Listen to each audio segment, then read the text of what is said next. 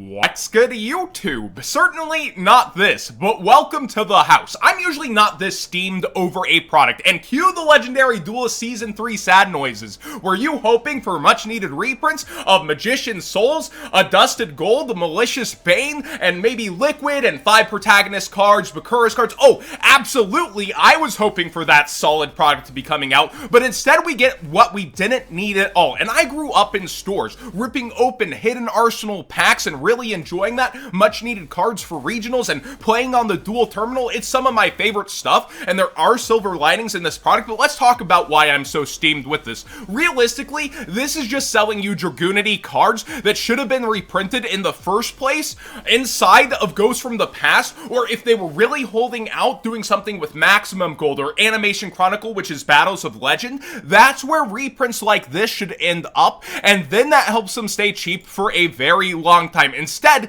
this is a greedy product focusing on the reprints of the Dragoonity and trying to tie into other products that really zapped power from what should have been a structure deck in the first place. So just Konami's decision tree on this singular product has me relatively riled up, but let's read through. I've confirmed that on a distro level this has appeared, and YBM has put up early pre-sales. You can use code What'sGood5 for 5% off to support the channel on this product if you really want to, but Konami has made a couple of good moves as well. I would buy those Masquerada mats instead, which the Glams have actually popped up for, or something of more value like Synchro Storm or Dawn of Majesty, maybe Gamble on King's Court. This is not what I would be touching, and I think a lot of stores are going to order very light on it, but let's read together.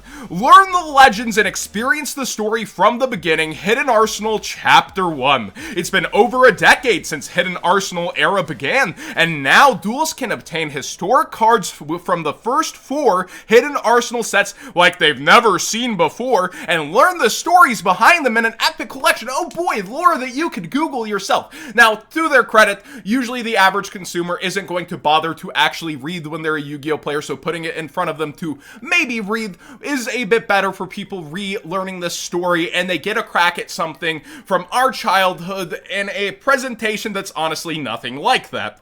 Bolster the ice barrier strategy from structure deck Freezing Chains with even more ice barrier cards. Notice it doesn't say world premiere. Reprints, right? Flood the field with an army of the ice barrier. Fortify your Fabled deck with many core cards integral to any Fabled strategy. Capitalize on discarding cards from your hand and gaining powerful effects. Make sure to utilize the new Fabled cards that were featured in Blazing Vortex and not in here, nothing of significance. With tons of new additions and Ghosts from the Past, Dragoonity duelists won't want to miss this chance to find some of the many most sought after Dragoonity cards from the Hidden Arsenal era. Unlock the legend of this powerful Wind Dragon Synchro strategy. Boo! Hidden Arsenal Chapter 1 also features Worms from Space, the allies of justice who fight against them, the normal, peaceful Naturia, the proud dinosaurs known as the Dirac, and much more. All of the cards in the original Hidden Arsenal series were either super rares or secret rares, but in Hidden Arsenal Chapter 1, many of them can be found as ultra rares. Yay, downgrades for a lot, but upgrades for some. Each box will have 2 standard ultra rares, 4 colorful ultra rares, so that's the purple, blue, and green if they're staying on track. They don't do red, probably because they think the average consumer would confuse that with 20th anniversary rare if they plan to do that here. Or, oh my gosh, I got something like 10,000 dragon, how lucky am I? No, they can't allow them to think that. Yeah, it does say blue, green, and purple. I'm ahead of myself. And the standard gold. I really just don't like also that purple and blue are such similar hues since they're both the darker versions of them within these products, and I know that's nitpicking at this point, but I really wish red was among the colors. Each Hidden Arsenal Chapter 1 box will contain one of several special collectible dice. That's cool. I really like them including something bonus like this, and they did a chase dice last time with the Kaiba Collection dice, or Kaiba Corp dice. I'm thinking of Kaiba Collection because people are talking about finding it at Walmarts and stuff, which is kind of exciting, unlike this. As a special bonus, duelists can also learn the contents of the Hidden Arsenal world. Each box will come with an insert detailing Hidden Arsenal's story, officially available in English for the first time. Yes, that is cool to put it out there in front of them. I'm sure you'll see YouTubers collect them all and then read out the story to you. That is nice to see. Each Hidden Arsenal Chapter 1 box contains a total of 1 secret, 6 ultra rares, 2 standard ultras, and 4 colorful ultras, and 30 commons. Then you have the Hidden Arsenal story insert with game mat. I don't think the game mat will be rubber like back in the days of the battle pack things, but if it is, I'll actually give them to, like, that would be awesome, and I would love to see some variations also. 1 special collectible dice. Second contents are subject to change. Complete set contents available at a later date. So here's our first look, basically, and why am I so steamed? Why am I so mad? Is it just that this replaced Legendary Duelist Season 3 and you're salty, John?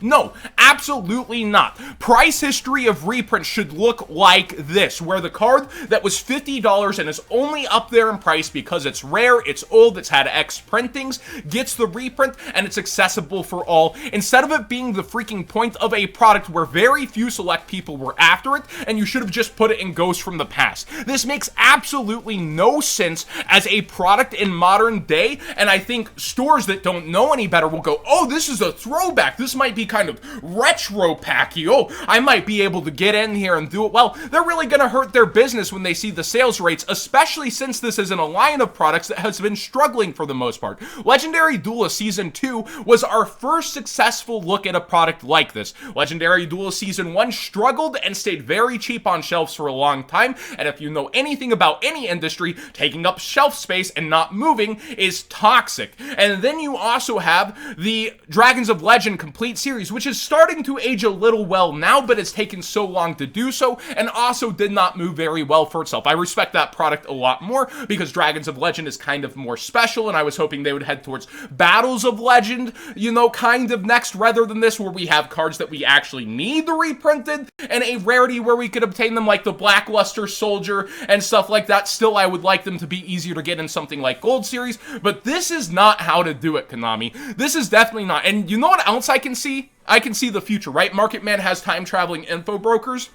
I can see them, like the other products, using 2 of those rival and protagonist ace monsters in here to sell the set. And now I'm kind of starting to think where Borrelin Dragon might actually end up. Yes, Konami's really dragged their heels on us getting this card, but what better place to do it in a product they're very unsure of? Why would they bolster something like King's Court with a card like this? I do think that Utopic F-Zero Future Dragon will be in King's Court because of that set description, but this seems like the perfect kind of place to drop a much needed card to ensure some, if not a lot of this, will get ripped open after such a chase card. And while it's not detailed in the set description yet, these products have been introducing those kinds of cards. They had the Galaxy and Blue Eyes ones in Legendary Duelist Season 2, so even if they don't necessarily fit, they definitely can use that placement in order to try to help sell the set, and that would be pretty devastating, wouldn't it?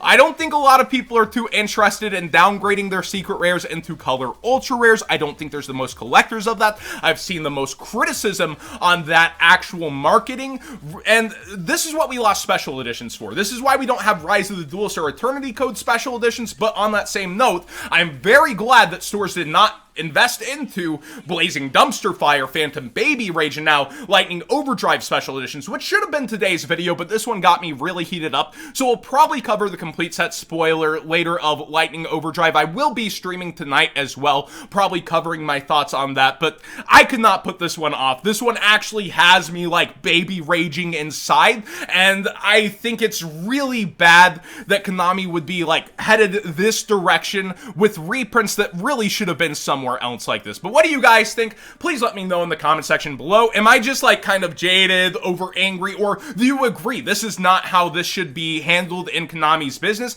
Because, like, I see this now being selling, and that means it won't really bump down enough, and then they'll have to use things like this to also help it sell. This is just a bad cycle and not what we want Yu-Gi-Oh! Product to end up being like for these side sets that replaced our special editions. Please subscribe if you haven't already. Give this video a thumbs up if you enjoy these conversations, which are really from the heart, and I'm losing my mind over it a bit, and let me know what you think about Hidden Arsenal Chapter 1. Are you happy for the lore, the dice? Will that be enough for you as a casual consumer? Or are you like, yeah, Hidden Arsenal's been reprinted in the ground. Look at the main chase cards. Look at freaking Trishula, for example. Trishula has been reprinted into the ground as ultra rare already, and what are they even going to make the secret rares in here, since they are still keeping secret rares? Like, what's going to end up in that slot? I don't freaking know. But thanks for watching anyways.